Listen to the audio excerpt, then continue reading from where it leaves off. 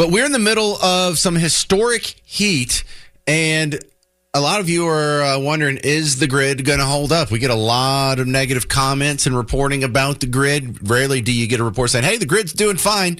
Just want to let you know, coming up next, what's in the kitchen that could kill your kids. So let's ask a guy with a little more expertise than I, Nathan Schluter from the Home Energy Club. Welcome to the James Show. And that's my first question, Nathan. 100 degrees, is the grid going to hold up? Hey, James, thanks for having me here.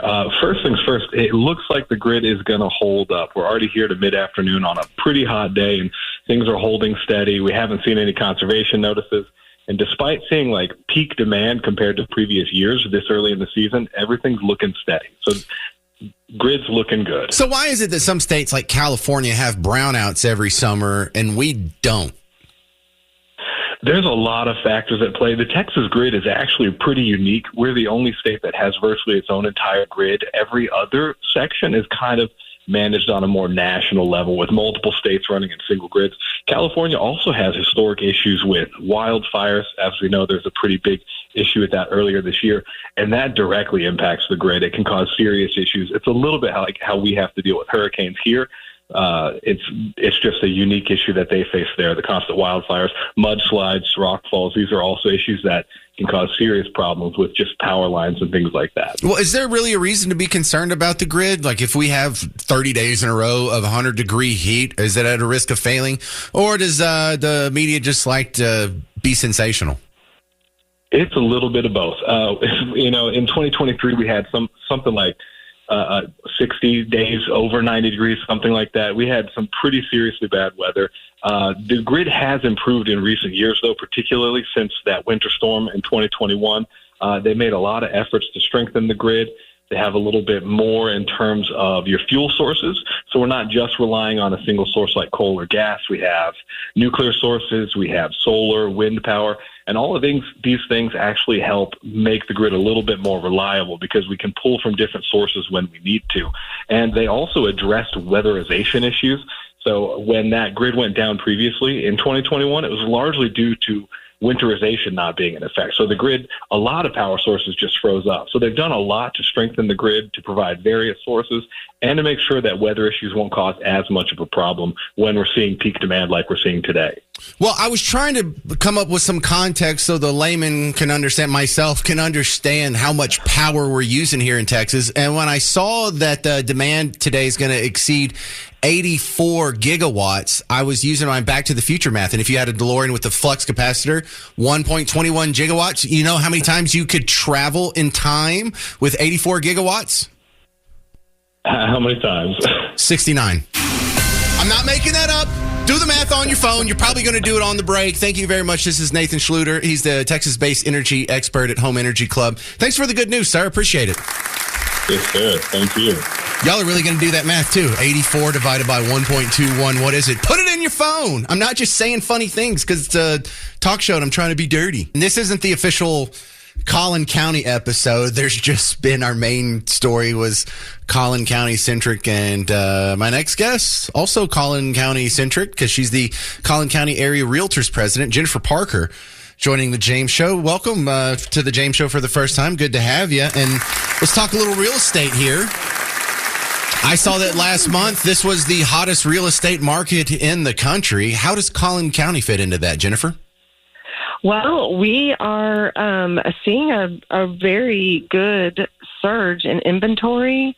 We're seeing the listings have increased by 20.5% year over year.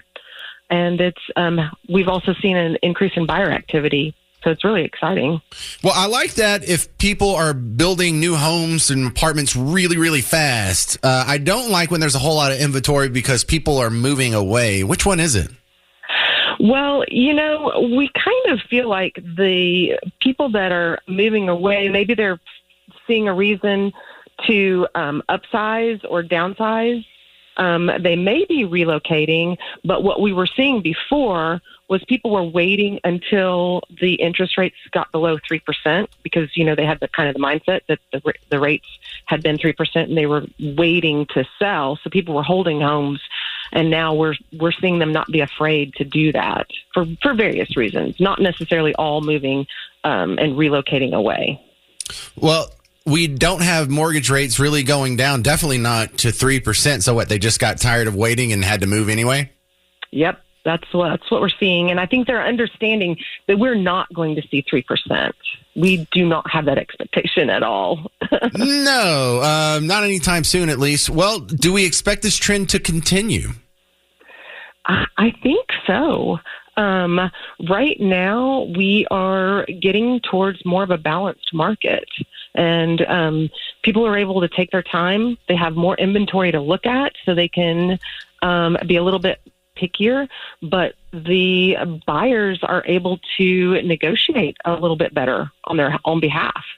Well, when we try and find out and be ahead of the curve here, what's the next Collin County? I know you're sitting here speaking for Collin County, but is Grayson County going to be where Collin County is in about 10 to 20 years? I think we are seeing a lot of movement up north, just heading up 75, honestly, also up 35. But we're seeing a lot of activity in Sherman right now, Sherman-Denison area. There's so much being built up there, and we've got the Texas Instruments and other stuff going in there.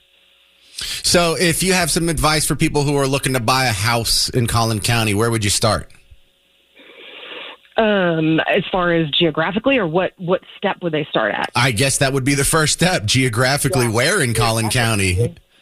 I mean, it really all depends on what their needs are. You know, the first thing I would do would be get with a professional realtor, and also get with a professional lender to help you get ready.